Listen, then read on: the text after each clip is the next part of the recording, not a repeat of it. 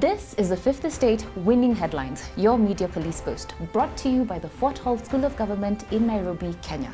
In this segment, we summarize some of the headlines that you might have missed this morning. We also take a look at the political pieces that we call cartoons in this country. Today is the 27th of April 2022, and I am Miss K. I am JM. And I am GK. In case you missed the headlines, here they are. In the Daily Nation, Interpol probes politician who moved 25 billion. We can guess. The Standard, bittersweet, the Raila Kibaki ties. In the Star, Raila RUTO deputies, Kenneth Waiguru top. And in People Daily, KDF's A-game to honor Kibaki. It's quite a mixed bag there, but... So which Kenyan politician has 25B to just move around? Who has been busy for the last couple of years? Tanga. Hey. Oh, Miss K. Okay, so yesterday, IEBC postponed the deadline for the nomination of running mates from 28th April, which is tomorrow, to May 16th. This gives Raila Odinga and William Ruto about 2 extra weeks to make the decision on who their deputy president would be should they win the August election. Now, in our view, both William Ruto and Raila Odinga are suffering from analysis paralysis with regard to choosing their running mate. Analysis paralysis is the state of overthinking or overanalyzing a situation so that a decision or action gets delayed or is never taken at all. If a person is going through analysis paralysis, they become lost, evaluating and over-scrutinizing the information required to make the decision until they are unable to act. The risk of making the wrong choice of running mate has led both Raila and Ruto to overthink their options, procrastinate, and literally delay the inevitable. So when both Raila and Ruto announced that they were running for president in 2022, they knew they had to choose a running mate. They must have made a shortlist with the potential running mates, and IEBC gazetted the timelines for nominations 3 months ago on January 20th. So they cannot argue that tomorrow's nomination deadline sneaked up on them. So why can't they make the decision and pick a running mate? So we would like to hypothesize that there are 2 reasons for the current running mate analysis paralysis. Yes. Reason 1, could it be that Ruto is procrastinating because he fears he will choose himself, a running mate who eventually becomes a deputy president that undermines the very government that elected him? Touché. Possibly. In short, we know what happens when the DP does not toe the administration line. Yes. And reason 2, Raila and Ruto are procrastinating because the 2 main jobs of the DP are to stay out of trouble and avoid impeachment, and to wait around in case the president needs a substitute.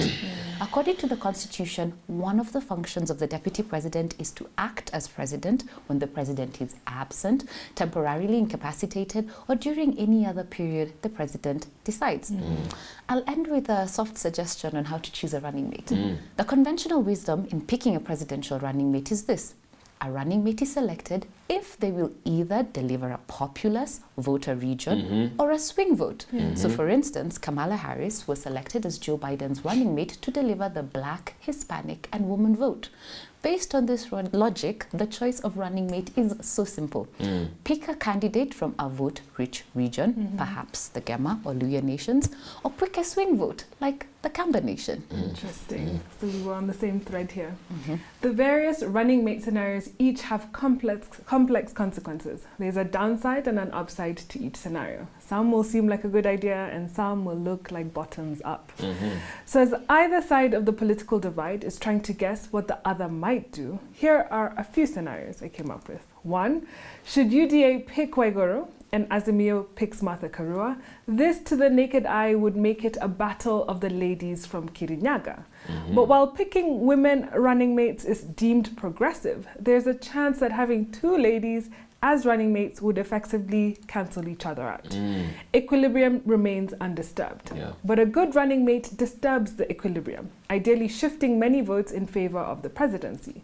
The reality is that 2 ladies from Kirinyaga would give us status quo, no added value. Gema would not be persuaded bigly in either direction. The split in Gema remains. Or should UDA pick Rigathi Gachagua and Azimio pick Peter Kenneth, this would make it a battle of the mountain Kikuyus, Nyeri versus Murang'a. Murang'a with about 600,000 voters and Nyeri with slightly less than 500,000. Then it becomes a bit more complex because what matters here is whose votes will get them to 50% plus one of the threshold quickly.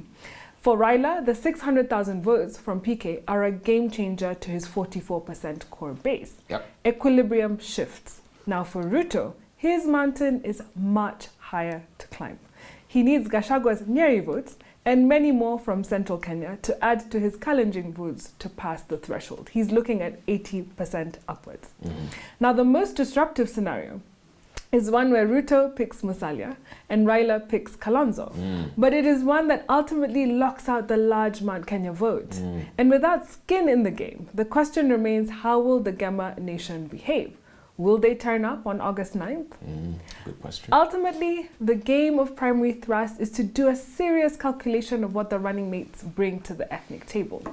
So when Kalonzo threatens that if he is not picked, Baba will lose, he ought to remember that his 1 million votes will not mean much given that a running mate from the mountain can sufficiently cater to way more votes. And if Ruto doesn't pick a Gema running mate, he must consider what this does to his long-run future political ambition. What does he see in the future? And you see, skin in the game is very important. It will determine the dynamics of the August 2022 election.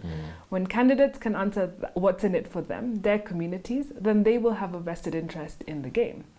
And by the way, food for thought for Kikuyus, should you not get a running mate, is now a good time to start thinking of establishing the Prime Minister seat? Yeah, absolutely. Now, President Uhuru Kenyatta, as we say here, the Fort Hall School of Government, is one of the most analysed yet least studied politicians. And that is because Uhuru is the perfect exemplification of the Tao of paradox. Case in point, on Monday, many Kenyans were shocked when he arrived at Parliament buildings and smiled at his opponents, William Ruto and JB Muturi. It's called the Tao of paradox. When angry, they appear to submit. When proud, they appear to be humble. When comfortable, they appear to toil. They attack when the opponent is unprepared and appear where least expected. Now, nobody knows Uhuru Kenyatta better than William Ruto. What William Ruto knows, but is afraid to admit to the nation, obviously, is that Uhuru is a most lethal opponent. Ruto on ballot day will be beaten 10-0. He knows this, and that is why he has gone completely under after the shambolic nominations of UDA last week. That is why he has suspended his campaign for 3 weeks. Uhuru Kenyatta, in dealing with his opponent, is like the legendary Arsenal captain, Tony Adams. Tony Adams was one of the best defenders Arsenal ever had. When Tony Adams controlled Arsenal's defence, the team performed at its best in the English Premier League. When he retired, Tony was asked what made him such a great defender. And this is what he had to say. I wouldn't try to take the ball off the opposing forward. See, if I went to take the ball, it would be too high risk, since if I missed, he could just go past me. Plus, there's the risk of missing the ball and tackling the player, in which case it would be a foul and I'd give away a free kick in a dangerous area. So I never tried to take the ball off the other player. I would just shut them down. I would stay right on them and let them know that they were not going to get past me. And I would do this from about 90 feet out. And when I did this, the opponent, he says, knew they weren't getting past me. But they knew I wouldn't take the ball either. And this meant that they had a chance to shoot, which is irresistible for most forwards. And so that's precisely what they would do. They would take a shot from 90 feet away. And then he adds, I also knew I had my goalkeeper, David Seaman, behind him. David Seaman is England's second most capped goalkeeper, second most successful goalkeeper. And Tony says, I knew Seaman could handle pretty much anything from 90 feet away. In sum, it was a formidable strategy for taking down the opponent. And that's precisely what Uhuru has done to his deputy. Many of us have been saying, oh, impeach the deputy president. Oh, send him to ICC. Dissolve parliament. Block him from running in 2022 on account of Aurora and Kimurera and other allegations. But the president just looks at us and I think, he just says, guys, really guys. The Uhuru method is to dismantle your opponent only slowly. One day he stops at Githurai and drops a bombshell by saying his deputy is a busybody whose only job is to tanga. Hii kijana anaitwa RUTO, unajua kila weekend anatanga kila pahali. Atakuwa anapitia hizi machorochoro. Akiona kuna kitu inaenda kona mumwambie. Si namna hiyo? A few months later, at an Akorino conference, he lashes out at his deputy once again and the Tanga squad. Tondu manyonaga ngirite ogwa mageciria. Nekuga ndoigire ndirenda siasa. Ine murajigua. Matigecire ne kundisha madishaga. Ga maruta kinya kou mathiaga tiga one. And then a few months later, he withdraws GSU and takes him, through all those motions. Yeah. Then a few months later, he calls him out at the BBI launch, if you remember at Bomas, for being a victim of his own unbridled ambition. Race hii ni ile ya kuhandover, unajua? Si ndio? Inaitwa relay. Unakimbia ule mwingine anakugojea pale, anatakikana kukugojea ndio ashike aendelee, si ndio? Lakini sasa my brother William hapa amepinduka, anakimbia nyuma.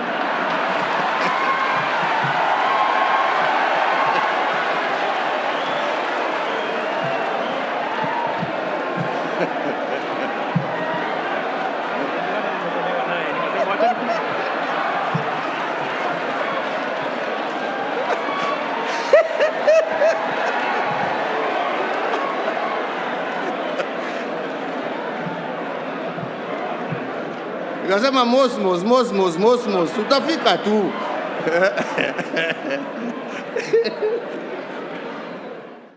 It's the Tony Adams approach, the Uhuru approach. I like that. Unbeatable. The Uhuru approach and the Tao paradox. Yeah. I like that.